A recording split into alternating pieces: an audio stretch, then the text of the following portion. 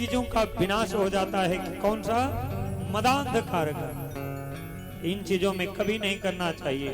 भगवान ने, हमने कुछ नहीं है, भगवान ने शुभ दिया है और भगवान का ही है। नाशम विदाहि तदोदयते विवेकः। और जब इस मदांधकार दूर हो जाता है, नाश हो जाता है, तो विवेक की उत्पत्ति होती है, नवीन विवेक की उत्पत्ति होती है। और फिर हम अपने जीवन जीने की जो कला होती है उसमें प्रवीण हो जाते हैं। घर गृहस्थी चलाना, समाज में रहना, ये कोई आसान बात नहीं है जी, ये कोई आसान बात नहीं है। किसी के पास में धन है, शरीर की दिक्कत है, धन शरीर दोनों है, बल की दिक्कत है, समय का अभाव है, सब है, समाज में कोई प्रतिष्ठा नहीं है। सारी चीजें भगवान यदि देते हैं तो बड़े ही भाग्य से देते हैं। इसलिए जिस भी विधान में रहिए, भगवान का हमेशा गुणानुवाद करते रहिए। हे प्रभु, आपने जो मुझे दिया है इसके लिए मैं आपका कृतज्ञ हूं, ऋणी हूं।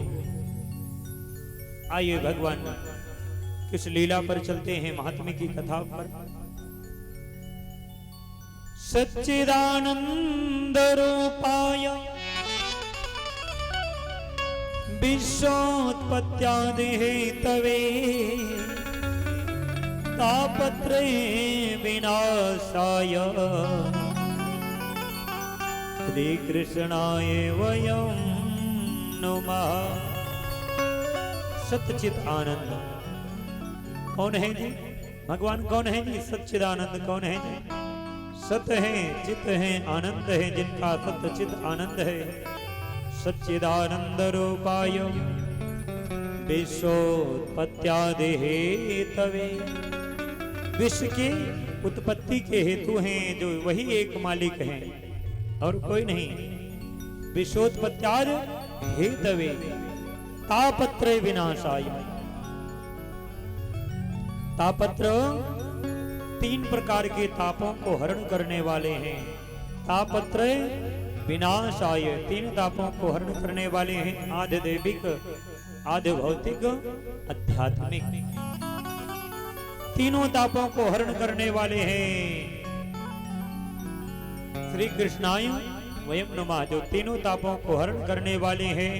ऐसे भगवान श्री सच्चिदानंद को हम सब मिल करके प्रणाम करते हैं।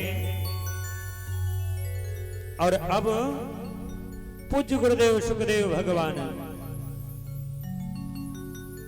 जी को प्रणाम किया है।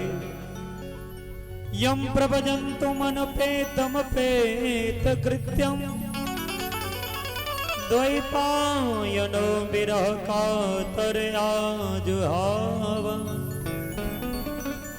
पुत्रेति तन्मयतया तरवो भने दोष तम सर्वभूत हृदयं मुनिमानतोऽस्मि।